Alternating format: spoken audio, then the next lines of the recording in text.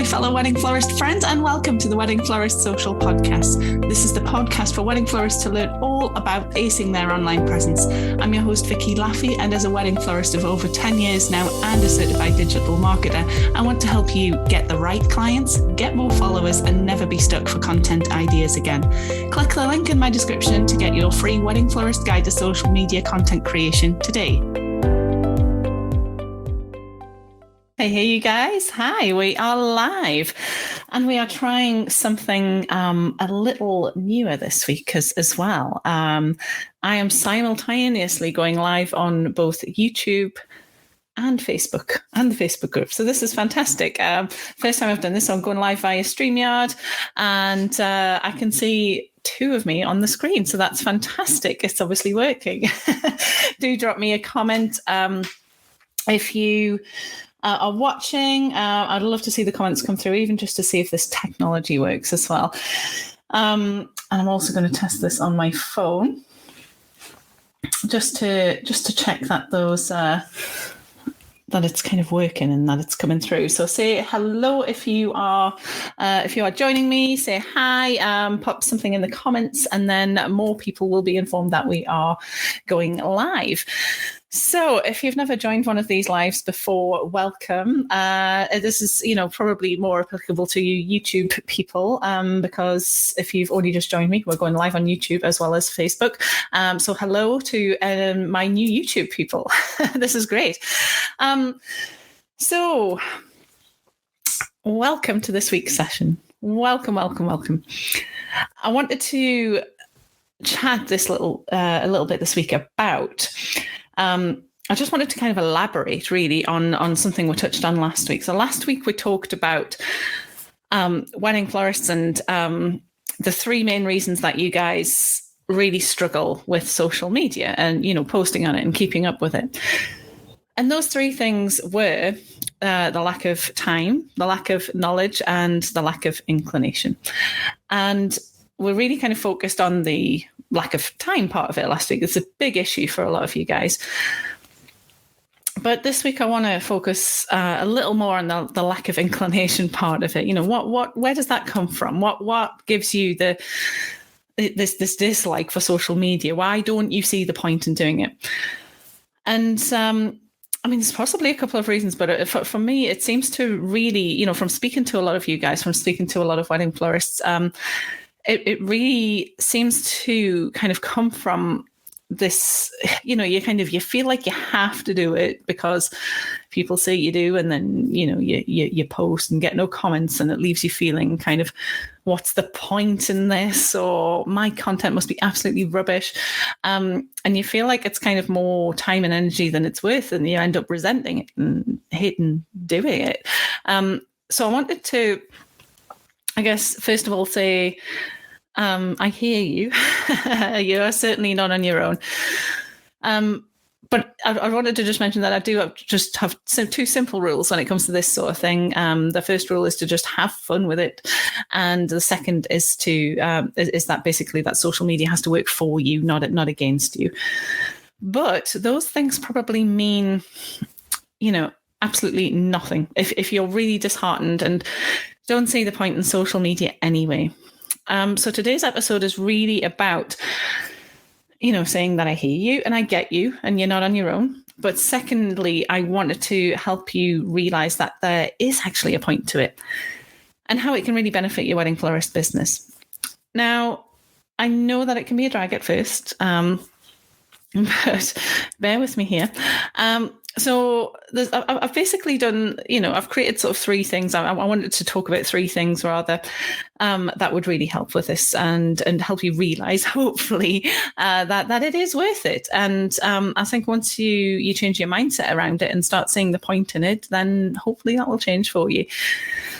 So number one, I would say, first and foremost, it's free marketing.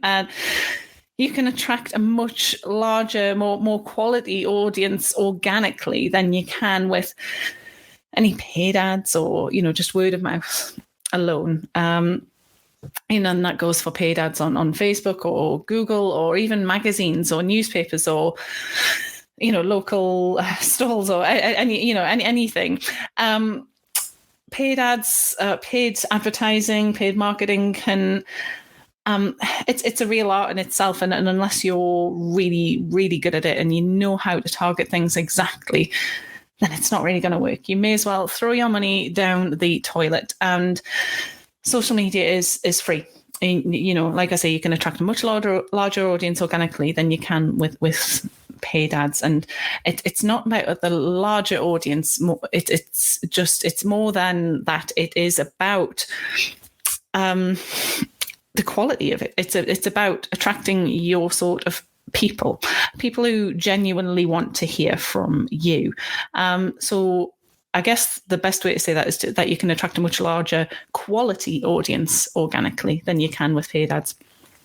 Number two, it helps attract the right client as opposed to just getting lots of bookings. As you know, if you've followed me for a while, if you follow me on Instagram or the Facebook group or wherever, you'll know that I'm all about filling your diary with the right clients as opposed to just simply getting as many bookings as you possibly can. And social media is one of the ways that you can basically pre-qualify clients and make sure that you're basically attracting a high percentage of those who are right for you.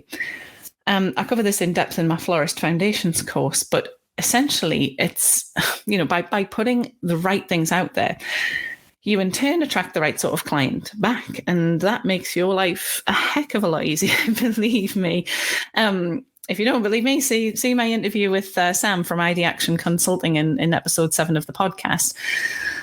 It makes such a huge difference. And, you know, so get yourself out there, putting the right stuff out there to attract the right sort of client back to you is 100% more worth it than simply just attracting a load of sales or a load of bookings. And this is a biggie as well.